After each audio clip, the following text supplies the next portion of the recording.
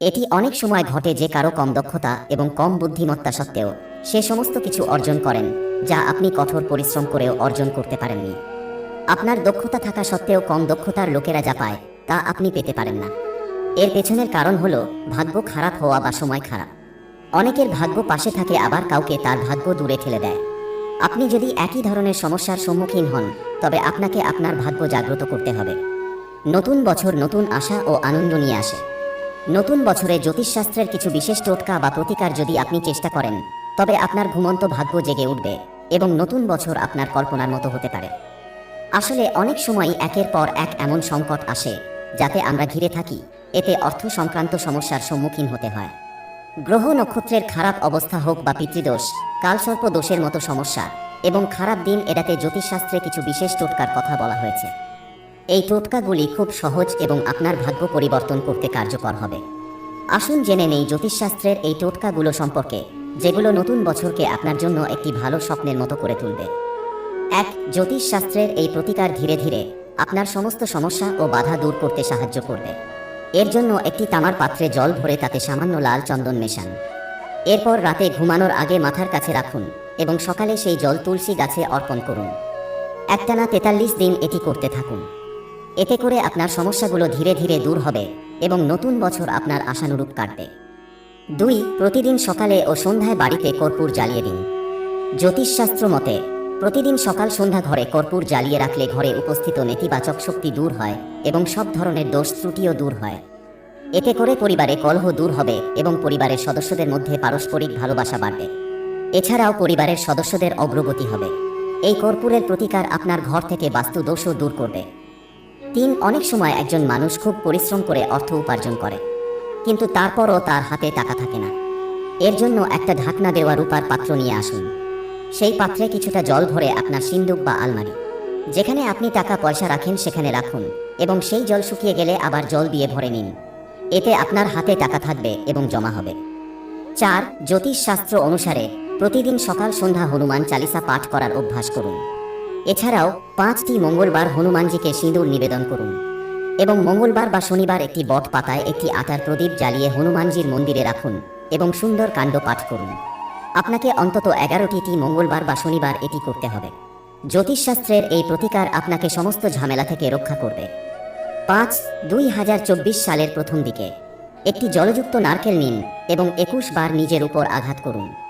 এরপর কোনো ধর্মীয় স্থানে এটি পুড়িয়ে ফেলুন। এটি করার মাধ্যমে আপনার এবং আপনার পরিবারের সদস্যদের মুখোমুখি সংকট দূর হবে এবং আপনি নতুন বছরে উন্নতির অনেক সুযোগ পাবেন। 6. শনিবার ছায়া দান করতে হবে। এর জন্য শনিবার একটি তামার পাত্রে সরিষার তেল এবং একটি মুদ্রা রাখুন এবং এতে আপনার প্রতিফলন দেখুন। তারপরে কোনো অভাবীকে এই তেল দিয়ে দিন। এই প্রতিকার শনি মন্দিরেও করতে পারেন বা বাড়িতেও করতে পারেন। এটি করলে সব ধরনের দোষের অশুভ প্রভাব কমে যায় এবং খারাপ দিন এড়াতে অনেক সাহায্য করবে। 7. আপনি যদি কারো সব যাত্রায় শ্মশানে যান তবে ফেরার সময় শ্মশানে কিছু মুদ্রা ফেলে দিন এবং ভুল করেও পিছনে ফিরে তাকাবেন না। এই প্রতিকার মেনে চললে জীবনে আকস্মিক বাধার সংখ্যা কমে যাবে এবং পুরনো সমস্যা থেকেও মুক্তি পাবেন।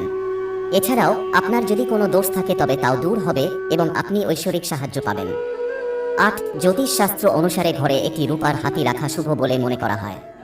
এর জন্য ঘরে কমপক্ষে 150 গ্রাম শক্ত রূপার হাতি রাখতে হবে। এটি আপনাকে শুভ ফল প্রদান করবে। 9.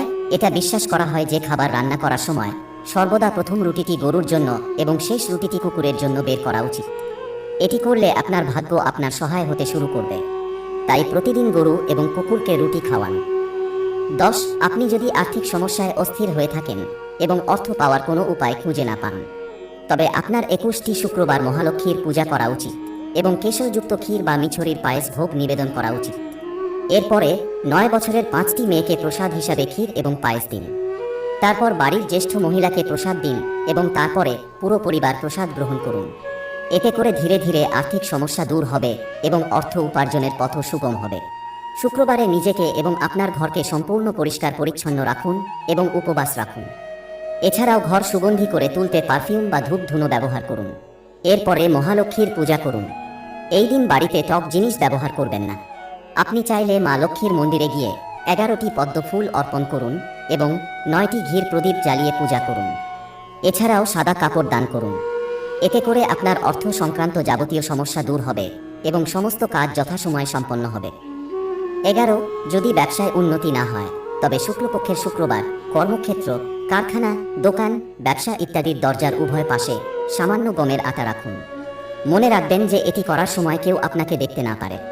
এছাড়াও পূজা ঘরে শ্রীযন্ত্র স্থাপন করুন। এটি করলে আপনার ব্যবসায় ভালো উন্নতি হবে এবং দেবী লক্ষ্মীর আশীর্বাদ বজায় থাকবে।